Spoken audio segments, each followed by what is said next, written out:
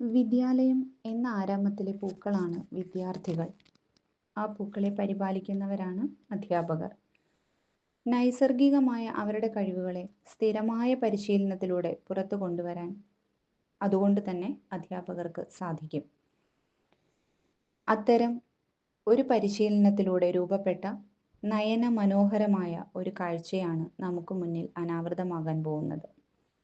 Kinder കെയറിലെ കുരുന്നുകളുടെ അസാധ്യമായ പ്രകടനം, രാമലീല, ഇതാ നിങ്ങൾക്ക് മുന്നിൽ.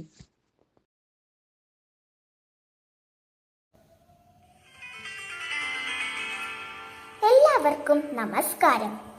ആദ്യ കവിയായ വാൽമീകി രചിച്ച രാമായണം, രാമന്റെ യാത്രയാണ് രാമായണം.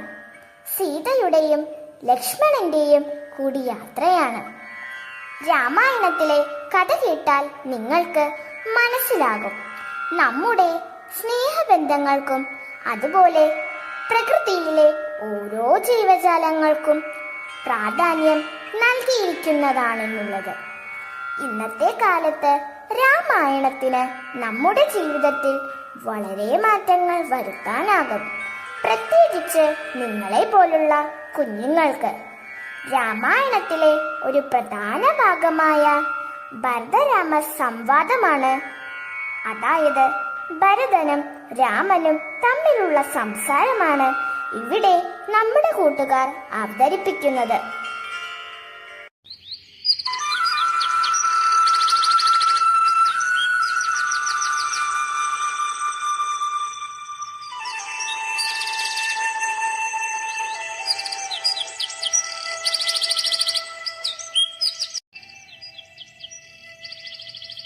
പിതാവിന്റെ ആജ്ഞാപ്രകാരം വനവാസത്തിന് വന്ന ശ്രീരാമനും പത്നി സീതാദേവിയും അനുജൻ ലക്ഷ്മണനും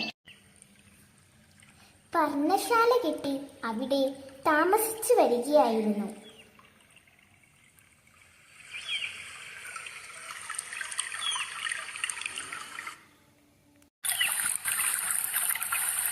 കാട്ടുപഴങ്ങൾ പറിച്ചും കാട്ടരുവിയിലെ വെള്ളം കുടിച്ചും അവർ വിശപ്പും ദാഹവും അകറ്റിയിരുന്നു.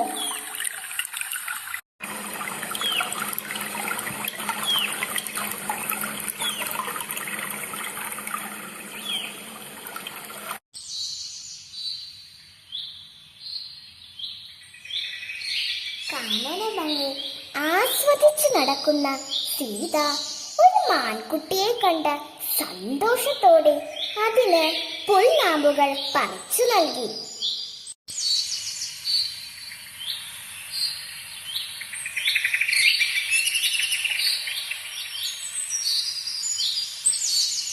ലക്ഷ്മണൻ പൂജയ്ക്ക് വേണ്ട പൂക്കൾ ശേഖരിക്കുകയും ശ്രീരാമൻ തങ്ങളുടെ അമ്പിന് മൂർച്ച കൂട്ടുകയും ചെയ്യുന്നത് നമുക്ക് കാണാം.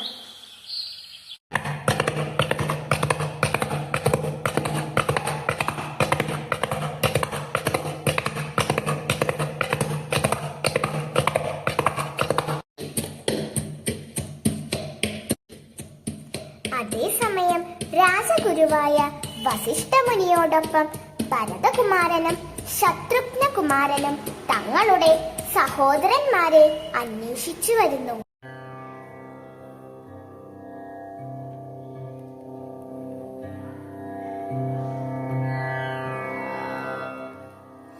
ഗുരുവിനെ കണ്ട രാമൻ എഴുന്നേറ്റ് ഗുരുവിന്റെ പാദം തൊട്ടു വണങ്ങി. ഒപ്പം സീതയും ലക്ഷ്മണനും തൊട്ടു തൊഴുതു.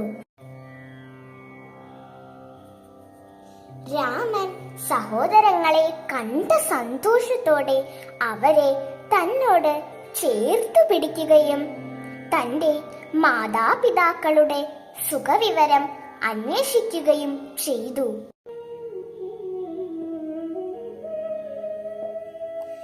ദശരഥ മഹാരാജാവ് രാമൻ വനവാസത്തിന് പോയ വിഷമം കൊണ്ട് ഈ ലോകം വിട്ടുപോയി എന്ന് രാമനെ വസിഷ്ഠമുനി അറിയിച്ചു.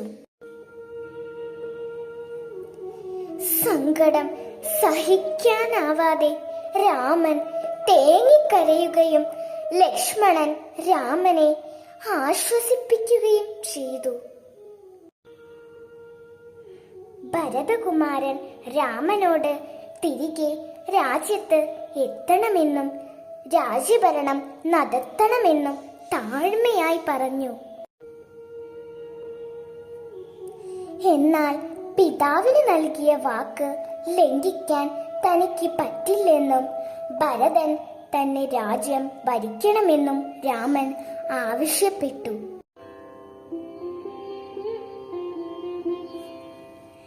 താൻ സിംഹാസനത്തിൽ ഇരിക്കില്ലെന്നും രാമന്റെ പാദുകം സിംഹാസനത്തിൽ വെച്ച് രാമദാസനായി ഭരണം നടത്താമെന്നും ഭരതൻ രാമനോട് പറഞ്ഞു.